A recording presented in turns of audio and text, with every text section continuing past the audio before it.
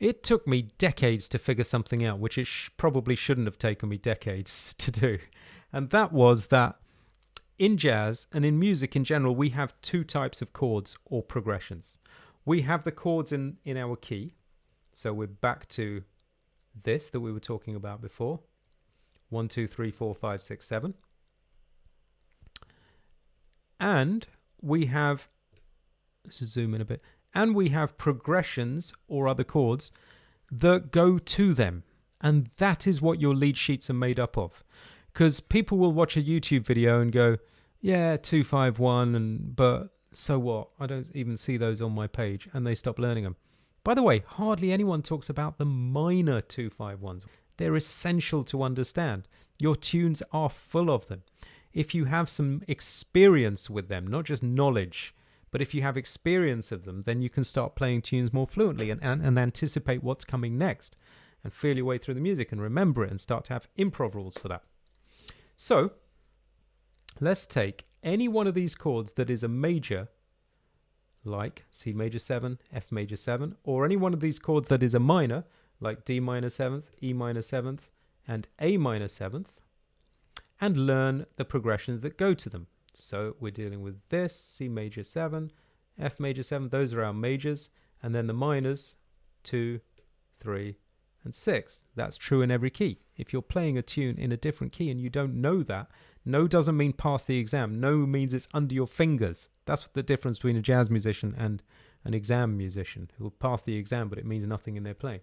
If that means something to you, then the next step is to know progressions that lead to them. So let's see. 2, 5, 1 is pretty simple. We talked about it, right? When you're leading to C major, D minor 7, G7, I'll play them in root position, so they're very simple. To C, that's your 2, 5, 1 progression, right? There it is. Okay. There's also one of those that goes to F major because F is another major in the key. There's our 2, 5 to F major. So now people are saying, hold on a minute, G minor 7, C dominant 7th. Where does that come from? I thought I was in the key of C. So what happens is you borrow stuff from those keys in order to land on a chord in C.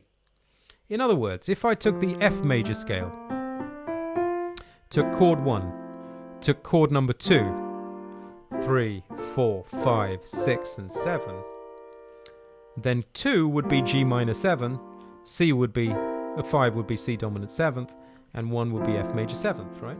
So I will take that 2-5 part from the key of F, but by the time I get to this F major 7, I'm still in the key of C.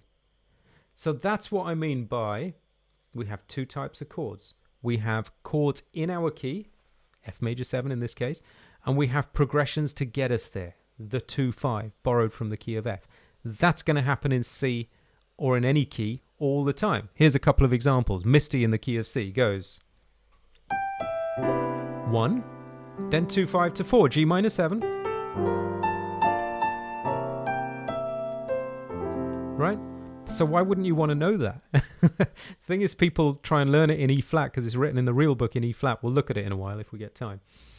But they don't know anything about this stuff in the key of E flat. So they're just trying to play the tune. And then they come and say, well, show me how to improvise. My right hand should be doing more shit, clearly. Well, hold on a minute. Excuse my French. It's not linear. You can't build on that if it's not a real foundation, right? It's not going to work. It just won't. Sorry, it just won't. That's classical thinking. That's, I want to play a song. Let's rehearse the life out of this song until I'm not even reading the music anymore and I'm using my memory because I've got grade 5 coming up, grade 6 coming up, whatever. You're not reading to grade 6 standard. You don't know the language. You don't know that there's a chord 1 and a chord 5 in there and that is in a minor key. And, you know, that's not language.